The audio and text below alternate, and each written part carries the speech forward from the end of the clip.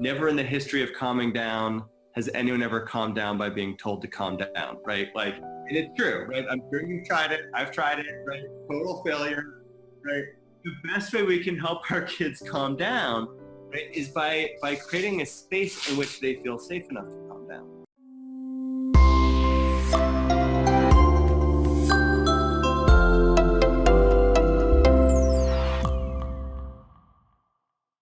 Welcome to Empowered Kids TV, where we introduce you to the people and ideas to help you take action to create the family of your dreams. Today's guest is a psychologist and educational consultant based in Boston who specializes in mindfulness. He has been practicing meditation for the past 20 years and has led hundreds of workshops across the globe. He currently serves on the board of directors at the Institute of Meditation and Psychotherapy and is the president of the Mindfulness and Education Network. He also teaches at Harvard Medical School. He has presented at TEDx conferences and his thoughts has appeared in a host of publications, including the New York Times, the Washington Post, and mindful.org, just to name a few. He is the author of A Child's Mind, Growing Up Mindful, Raising Resilience, and 8 other books for parents, professionals, and children, available in more than 10 languages. Our guest today has the ability to take complex neuroscience and break it down into meaningful and practical tips. He helps audiences of varying ages move beyond the understanding of the theory of mindfulness to experiencing the impact within their bodies in a meaningful way. His passion for helping kids develop greater resilience, empathy, and mastery is powerful and contagious. It is my pleasure to introduce you all to Dr. Christopher Willard. Christopher, welcome to Empowered Kids TV. I'm so excited to have you join us for today's program. I'm so excited to be here. This is so fun. And I know you'd emailed me when I was back in the States, and now here I am in the UK, but we're still in 2 different cities. But it's great to be here joining you. This is going to be so fun. Yeah. I wanted to start off by talking to you about mindfulness. And really mindfulness has become one of those buzzwords that we all kind of fling around. So I wanted to kind of take it back to basics and find out what is your definition of mindfulness. Yeah, I mean, I think there's so many kinds of different definitions I use depending on who I'm talking to. I do a lot of work with talking to teachers and talking to doctors and therapists, and in that kind of situation I talk about mindfulness is paying attention to the present moment with acceptance and non-judgment, or something kind of formal sounding like that. And then I do, all this work with kids, and I kind of talk about that a little bit differently. It's about being in the moment. It's about being aware of what's going on right now and right here. Sometimes I also talk about mindfulness as just knowing what you're doing as you're doing it. Like, you can just pause and ask yourself, like, how do I know I'm speaking right now? Well, I can hear my voice. I can feel the vibrations. I can see you nodding. I can, kind of be aware in that sense. And yet more deeply, I think, than any definition, like we all, mindfulness is a buzzword, and it keeps me very well employed as a buzzword. But I also think that it's so much deeper than any just one definition. And when I think about mindfulness in my life, I've got this interest in sharing mindfulness with kids. And I look back to when I was a kid, and I never heard that word mindfulness. It was not a thing, right? And I look back, though, and I had these experiences that were something like mindfulness, even though that word wasn't there. Like, I remember being at nature camp, for example, and they'd have us go and walk in the woods, and they'd say, let's walk as quietly as you can. Can you walk so that your footsteps don't even make a sound? And many years later, I took a mindfulness course, and we did mindful walking, and I thought back to that experience, like, that takes so much focus to not make any sound as you're taking a step. That was kind of like mindful walking. Or let's sit down and just notice all the sounds in the forest. Can you hear the trees whispering to each other? It's like, no, we're not going to hear anything.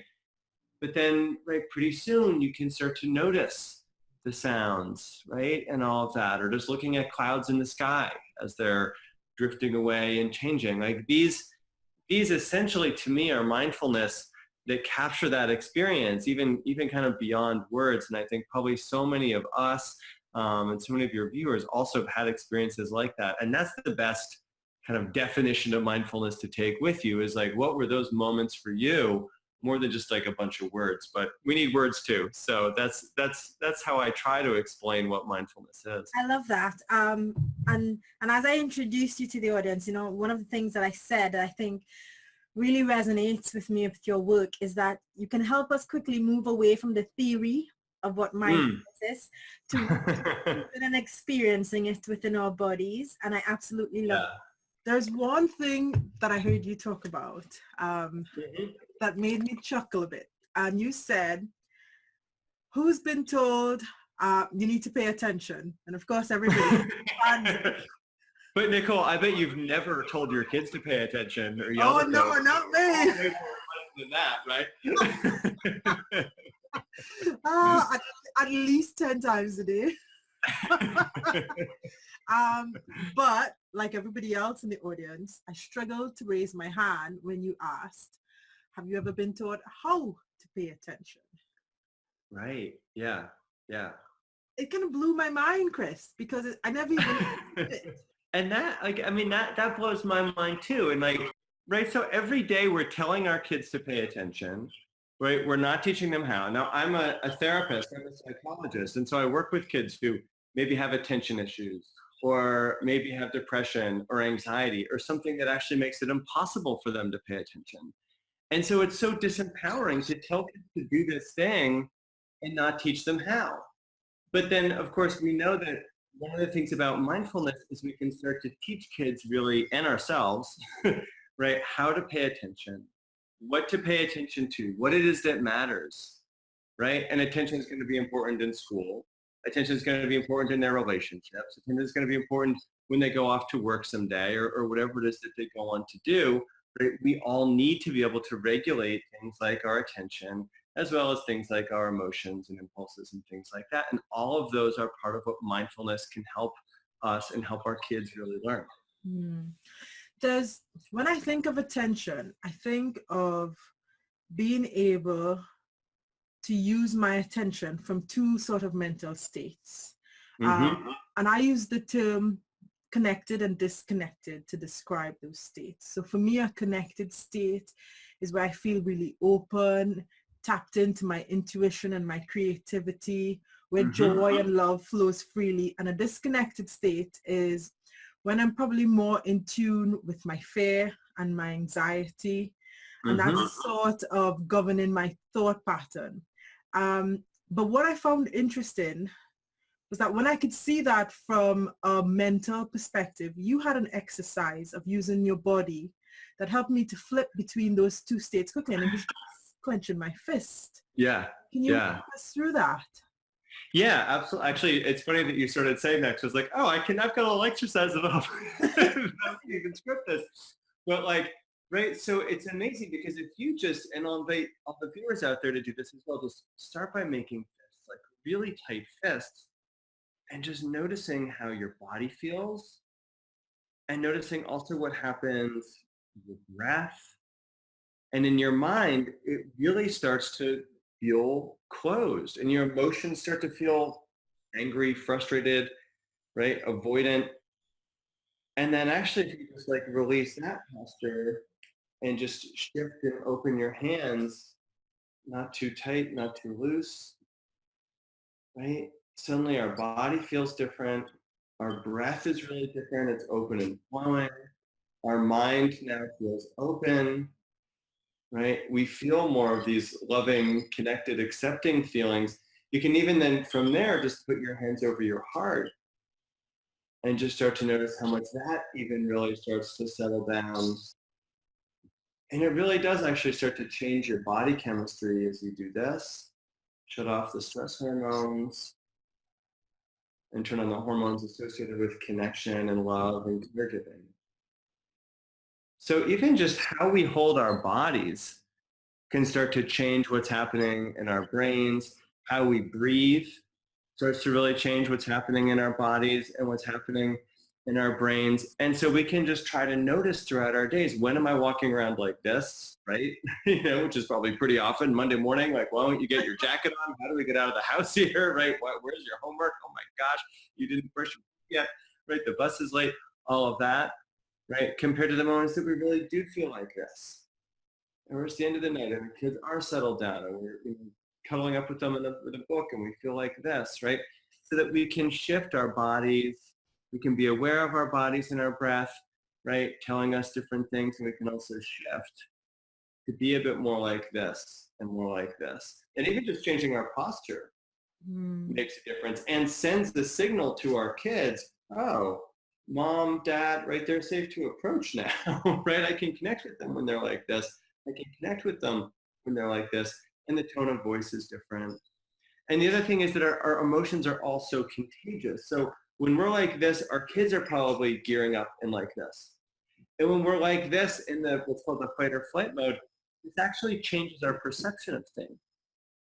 We start tuning into more dangers.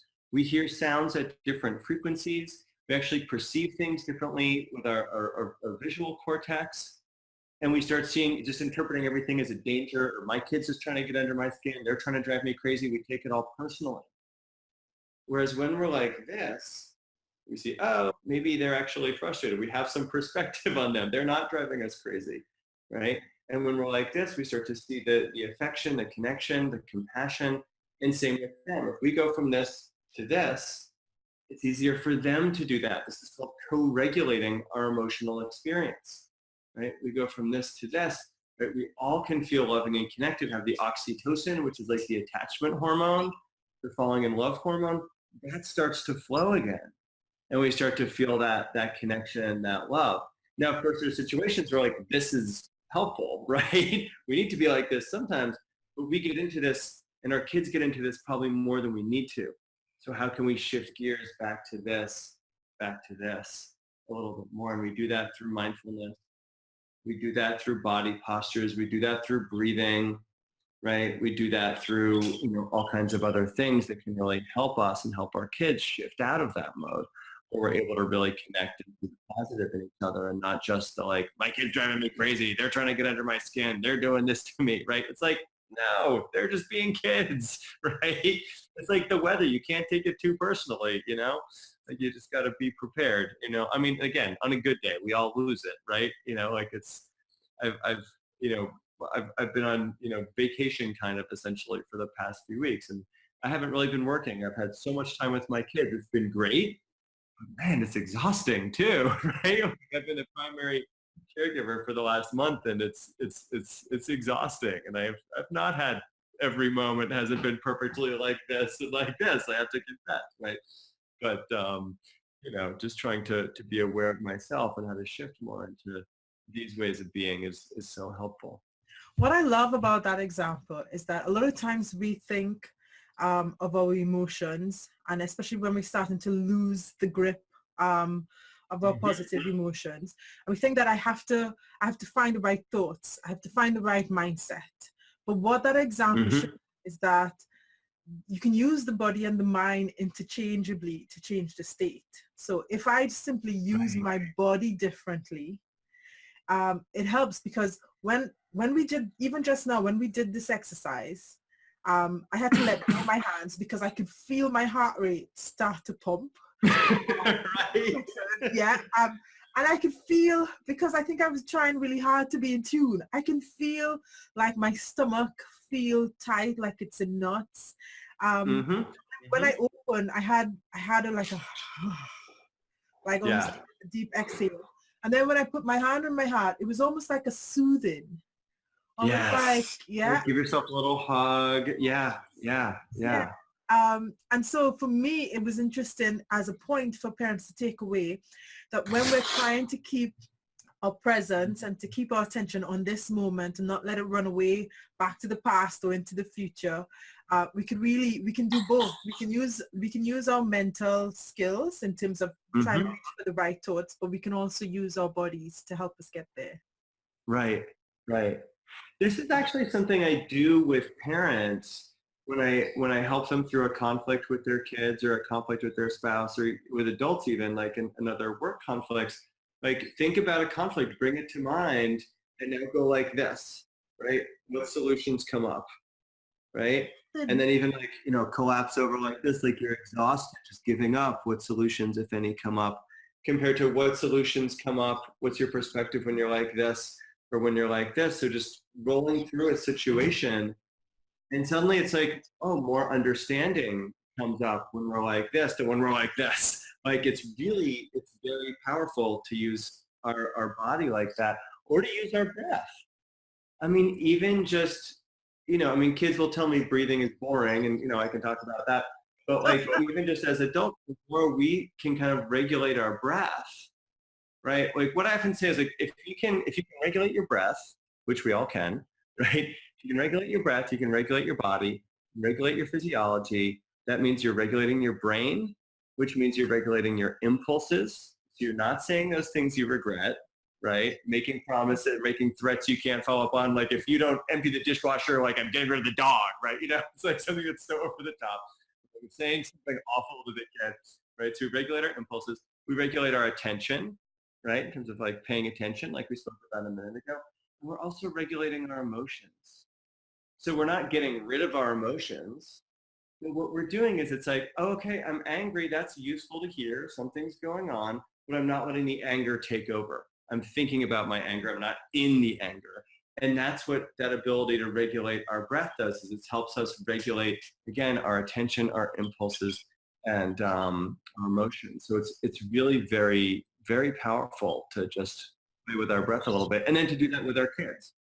And we make it fun, and they learn from us, because one thing I do with my son is like when we're in traffic, I'm like, oh boy, there's traffic. Like, let's just take a few hot chocolate breaths or something. And it's just, like breathe in, smelling, and blow out, cooling off. And then we all settle down a little bit. And he's learning when dad gets frustrated, dad does some hot chocolate breaths. Right. So then, he knows what he can do in those moments. I mean, lately he's been rebelling, and he's like, Dad, your books about breathing are boring. No more books about breathing. It's boring. All right, fine. We'll try to write about something else. But they're always going to rebel. Honest right? kid feedback. There's a couple of things when you talk about mindfulness in that way, and I've practiced meditation for a number of years now, and part of that was trying to practice meditation not just as a block of time, like 20 minutes that I devote to meditation, but throughout my day, try to take moments where I become attentive and really tune in. And what I can see that has done for me, it's helped me regulate better over time. So over time, I become a person. What I want to talk about is in the moment. So we're going through our parenting day, and our kids are particularly good today at pushing all of the right buttons. And we lost the grip, right? We're now in the moment where we're triggered. So we didn't catch it before, yeah? We weren't present enough to catch the fact that we were losing it. The primitive brain is going haywire. Right, taking over, right. Taking over. Is that too late for a mindfulness practice, or do we still have the ability to hold on even in that space? It's actually not. What's really hard about that moment, whether it's for us or for our kids, is remembering to be mindful in that moment. Because what happens when we're flooded with triggers or our kids or emotion is this really ancient part of the brain, that caveman brain, that primitive dinosaur brain, that's taken over. That's called the amygdala and the limbic system. It's been hijacked, basically, amygdala hijack. I have a friend that says you can remember amygdala because it rhymes with drama, which it doesn't, but I don't know. It helps you remember it anyway, right? But basically, like that's taken over, and that means all the blood is flowing into that part of the brain. So if the blood's flowing into that part of the brain, where is it not flowing? It's not flowing into your memory. It's not flowing into your prefrontal cortex where you think things through. So it's harder to access all that stuff.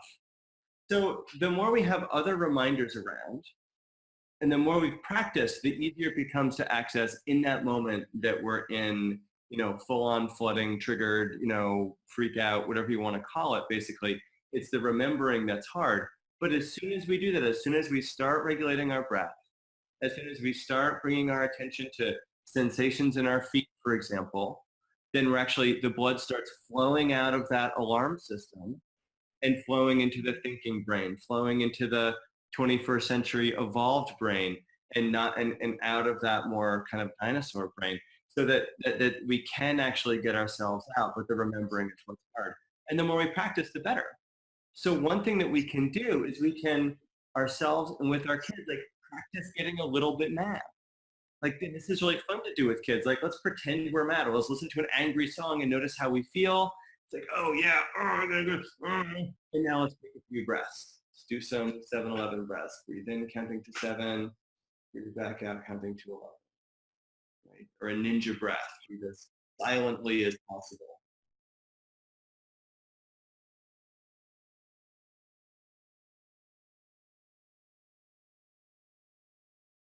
And so if we practice by getting a little bit mad and then calming ourselves down, that helps us in the moment access that access that practice in a difficult moment. It's like you can't go to the gym and like lift weights that don't weigh anything. You're not going to build up any muscles. You've got to activate that emotion. We call it activating the symptom a little bit, right? So you feel a little bit mad, you work to calm it down. It builds that muscle in your brain, actually does build new connections in your brain. So you have a shortcut. Next time you're mad, the automatic response becomes do some ninja breaths, or feel my feet on the ground, or notice 3 sounds that I can hear at a distance, and something that gets the blood flowing back out of the alarm and into the rest of our brain where we're thinking things through and working things out. So it's about practice. I mean, everything in life, it kind of turns out, is about practice. It's actually really interesting, and just retraining our brain out of its old habits, but we need to challenge ourselves a little bit. You can't just talk about mindfulness. You can't just practice this when everything's calm and perfect in your life. You got to practice when things are a little tough, so that you can practice when things are really tough and you can really access it in those moments.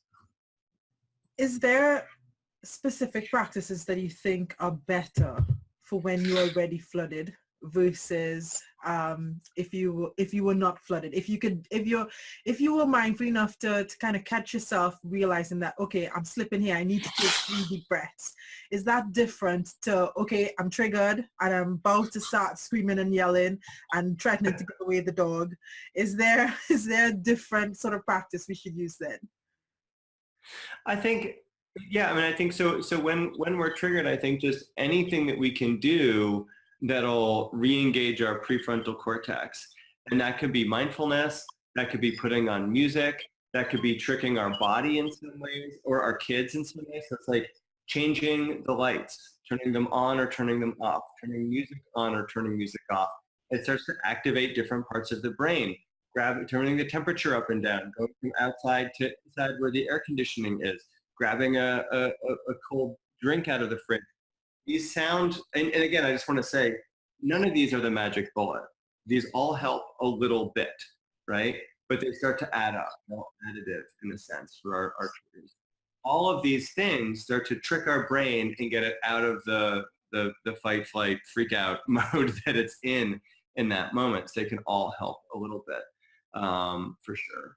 And then the more we can stay settled, mindful, while our kids are totally tantruming, that's going to be the best thing we can do for them as well. So, but if a kid, you know, I sometimes in my talks, I show this meme I saw online that says, never in the history of calming down has anyone ever calmed down by being told to calm down, right? Like, and it's true, right? I'm sure you've tried it. I've tried it, right? Total failure, right?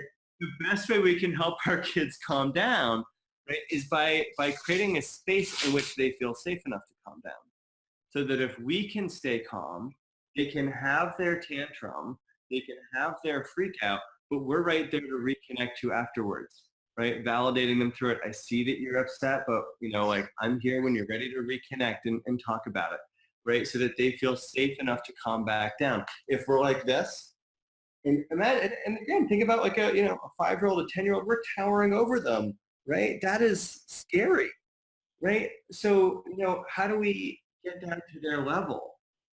I mean, even just physically getting down to our kids' level, kneeling down, that sometimes really helps de-escalate the situation a little bit. They start to calm themselves down, right? They start to feel a bit more settled. Again, not every time, but all these things start to add up a little bit. and then they start to, get their prefrontal cortex back online again and thinking things through again too. So, yeah. Let's talk. You talked about earlier on not pushing our emotions away. And this is one of the things that within my family we're currently practicing. And that's because I'd like to, by example, lead the way by showing my kids that we really need to honor all of our emotions. And I think one of the things for me that's really helpful is to recognize that each emotion comes with their own little message, their own little invitation to look within, to discover something else about myself. Absolutely. And so I'm trying to honor that, but sometimes because I didn't grow up honoring some of the darker, heavier emotions, my instinct is to push it away. My instinct is to run away from it, don't cry. Yeah, I was from the generation, wipe your tears, don't cry, everything's going to be all right. Or who on earth do you getting angry at? Yeah, probably with different words, but you get slightly. But you get the gist. So now that I'm trying to practice, is there a mindfulness practice that can allow me to sit with the discomfort that some of those emotions bring up for me? Yeah, and I think we want to. I mean, first of all, just being really patient with ourselves, because this is a slow process of unlearning and relearning, and you don't have to start with really huge emotions. There's this wonderful mindfulness teacher in the States named Tara Brach, and she talks about touch and go. Like you just have to, just gently touch the emotion and then figure out how to step away from it. And one thing I think that can be helpful is to just take some time in your practice and again, maybe bring up some emotional situations and don't start huge. Again, practice. It's like going to the gym. You don't start with the 100-pound, 100-kilo weights, right? You start with something small so you don't sprain a muscle or sprain an emotional muscle, right? Start small. What's a little conflict? Okay, how'd you feel? I felt angry. And then what you do is you try to find that anger in your body. Right? Where is that in my body? Oh, it's a little bit of a tension here. It's a little bit of heat up here in my face. Okay, can I just, my mind starts going toward the story of the situation. I start feeling more angry and frustrated and thinking about it. Can I step back from that? Just go back to the sensations, the tightness here, the hotness here. And when we start getting in touch with our emotions, when they're just physical sensations before they become those thoughts and urges and behaviors, that also really helps us regulate them. And what else happens is we name them and that quiets them down. I've kind of mentioned these different parts of the brain, the amygdala, the drama part of the brain, and the prefrontal cortex where we think things through. So here's this cool study. Put people on an MRI machine and show them emotional situations. And what happens is you watch, whoa, the blood is flowing into the amygdala, into the limbic system. You can see it, see the emotion rising in there. And then you say, when you become aware of what the emotion is that you're looking at, name it. Describe that emotion, put the word on it, put a label on it, anger, sadness, fear, whatever it is. And you see them name it, it's fear, it's anger. And then you watch the blood flow out of that part of the brain, and it flows into the prefrontal cortex where we think things through. And it's really amazing because it's not getting rid of that emotion, it's visiting that emotion, it's seeing what it has to tell us, but it's naming it so it doesn't have that power to take us over in the same way. And so it's really, the science of it is also very, very cool, just this name it to tame it. Yes. You might say, yes. To feel it, to heal it. Again, all these kind of, silly little things, but it's really true. But don't feel it feel the biggest thing that ticks you off, right? Or the biggest issue from your childhood. Start with something small and start to work your way up with what are the sensations around this? Can I just name that? Because then the next time you're in the traffic jam or you're in the conflict with your partner or your kid presses those buttons, right? You're like, oh, that's anger. Okay, and it goes from taking you over to being more of a thought or equal amount of thought and emotion. rather than just total emotional flooding. So it's a very powerful practice. And when you can start to do with your kids too. I just find it helpful sometimes where, just ask casually, where do you feel angry when you're angry? And sometimes I'll get an answer, sometimes not, but it's interesting just to keep asking that question and see what kids come up with. And again, they don't always able to answer, but they start to internalize that question. So that next time they're angry, they start to ask themselves. Next time they're sad, they ask themselves that a little bit. And at some point, they start to identify it and make that a regular process for themselves. I want to talk to families that have probably spent a long time in a disconnected space. So they haven't been practicing mindfulness. They haven't been looking at emotional mastery. They're in a space where how I feel is your fault. You've made me angry. Yeah. It's because you weren't listening. I was yelling. If I have to ask you 100 times, I would not be yelling. Yeah. Right. You never hear me until I yell. So we're in that space. And now as a family, we want to create a practice, as you just beautifully said, where we start with the 5-pound weight. And we're doing this as a family so that we can gradually move from that very disconnected state where we can be more connected with ourselves and our own emotions and therefore more connected with each other. Do you have a recommendation for how families can start that process?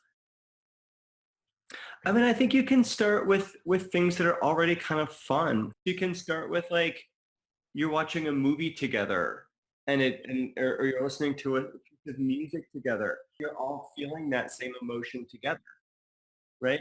Or you're reading a story together. And, like how, or even just how does this character in the story feel? That's actually there's this really cool research on if you talk to kids and just say, stop every so often when you're reading a story and say, how's that character feeling? That really builds emotional intelligence and they're more compassionate and empathic by the time they're 7 or 8. But regardless, it's like when we do these things together, like, oh, I'm feeling scared for this character in the movie or the show, or I'm feeling angry on their behalf, right? Then we're all kind of practicing this together. And it doesn't have to be this like, we're going to all sit down at dinner and talk about our feelings right now. Family meeting, we're going to learn about feelings, right? Like that never works well. It's how do you naturally weave it in? Or it's just things like talking about your own experience. Like you don't have to get into every nitty gritty of how mad you are at your boss or how much your coworker screwed you over, or how mad you are at your ex or whatever it is, right? But you can talk, and actually probably never talking about the ex conflict, but we can talk about some of the conflicts or challenges that we face as adults in our lives or that we faced as kids, right? I feel upset with my friend, but I also really love them. How do you think I should talk to them about it? Asking our kids for advice is kind of a really cool thing to do. And sometimes we get really good advice, and that's also helpful to see. Sometimes we get really terrible advice, and it's like, oh, this is something we should work on, right? My kid thinks I should punch my best friend in the face because they, forgot my birthday. Like, okay, here's what to work on. But it's a cool assessment, and it's kind of a cool family activity. Like, how would you feel in this situation? What would you do in this situation? What should the character in the book do in this situation? Like, these are interesting ways to talk about that stuff. Yeah. I love that because, so my kids are 11 and 12 and sitting down for a family meeting to talk about emotions will not go over very well. I can't imagine. I could guess what emotions might come up if you suggested that. But I can see how fun it could be to discuss emotions as we watch a movie or as we read the story before bedtime, because we still do that. We find interesting stories and we'll read a bit of it. And that really does give insight. And I love the idea of asking kids for their advice on how they would look at situations, and whether it's advice on your own life story or the story from in a book or movie. I think it's very empowering for kids. And one of the things I did because I am a recovering yeller, and when I moved away from yelling, I gave my kids the job of accountability partners, which they absolutely Wow. they absolutely That's awesome. But it really empowered them, and it showed them that I was willing to take that step to honor and respect them. Right. And that's like, I mean, like, you can tell your kids not to yell. You can talk about how yelling is bad, blah, blah, blah. But then it like all comes down to like, they're just watching you. Right. And like, what changes are you really making? And I think talking to our kids about like, here's a change I'm trying to make. Here's a goal I'm making for myself. Like that's a really cool thing to share with them and share your process with them. I think that's awesome. I love that. And we have trigger words. So now if I'm getting to the point where I can feel like I'm losing the grip of my emotions, Mm-hmm. you have a word. So sometimes it's a funny word, sometimes it's a meaningless word like pineapple. But it's a word that my kids will choose. I give them the opportunity to choose it, but it's their I reminder love it. to take a deep breath. Right. And then it's kind of fun too. Like It makes so it great. fun. Yeah. Yeah. They Yeah, probably love getting to tell you what to do. I think they wait for the moment I'm about to lose my cool so they can go, ha! Let's provoke mom until she almost yells, then we can tell her the word. Um, I just wanted to touch on two things. You mentioned a few breathing exercises. You mentioned the hot chocolate, which I absolutely love because even at kids my age, it doesn't feel boring or you're telling me to breathe or take a deep breath. Yeah, so it's cool. You had 7-Eleven and you had Ninja Breath. Try to breathe as gently. Is there any that you add to those three that we can use as exercises in our families? With little kids, I think, things like the alligator breath, breathing in, the butterfly, breathing in, and breathing out. Like, these kinds of things can be fun. Another one I really love with kids as they start to get older is the take 5 breath. And it's just running our finger up, breathing in, out, and down 2, up and in 3, out and in 4, up and in 5, out and in 6, up and in 7, out and in 8, up and in 9, and out and down 10. Like, and that's a way to take 5 breaths that's not like, go take 5 breaths, right? Yeah. It's like very contained, like, let's just do this together. It's kind of fun, things like that. So that's another one that I recommend for sure. Or just like when kids are really young, even as they're older, like put a teddy bear on your belly before bed and lay down, put your teddy bear to sleep. Those kinds of things I think can be really sweet and fun for kids. Yeah. So before we go, I wanted you to share where we can get more information about you. Yeah. And to tell us more about your new book. Great. So you can find more about me on my website, drchristopherwillard.com. I'm doing a lot coming up this fall on Instagram. I'm going to have a bunch of daily challenges. Like I'm going to have a mindful eating challenge and a mindful walking challenge and some other family gratitude challenges, things like that. And that's at Dr. Chris Willard, DrChrisWillard, or on Instagram or Facebook or Twitter. And then I've got this new book that I'm like so excited about that I wrote with my friend Daniel. It's called Alpha Brass, and I wish you were in London. I'd give it to you, but they actually have seen it in bookstores around, so maybe Manchester has it. But it's got like the elevator breath and the flower breath for ENF. It's got the ninja breath and the mountain breath and stuff like that for M and N. It's got a breath for every letter of the alphabet. So please check that out. I feel so excited about it, Daniel and I both, and the illustrations are gorgeous. They're actually by a wonderful British illustrator named Holly Clifton Brown. So yeah, that's been a lot of fun. That's sure. Perfect. And I'll leave links to those below so that everybody can check them out. So before you go, just wanted to ask you, what does it mean to you to live an empowered life? I think that we're in the driver's seat.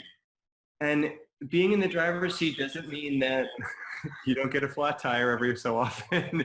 It doesn't mean that, the road isn't slippery or there's detours, right? But that we really know like where we're going, and at the same time, we're helping ourselves get there, and we're appreciating the journey along the way. At the same time, I think to me, that's what it's about. It's about living with intentionality and reclaiming that in our lives, which can be hard for all of us for a number of different reasons. And sometimes we're not always so empowered, but that's the metaphor I think of. Yeah. Yeah. Absolutely beautiful. Thank you so much for joining us today, Chris. It was a Thank you so much. Absolutely. Yeah, I had a great time. Thank you. Thank you for joining us for this episode. We're all about sharing and supporting this village. So if you found value in this episode, be sure to share it with your family and friends. And remember, this is a weekly show. So if you haven't already, subscribe and hit that bell icon so that you'll be notified of our next episode. As we always say in the village, you're just one connection away.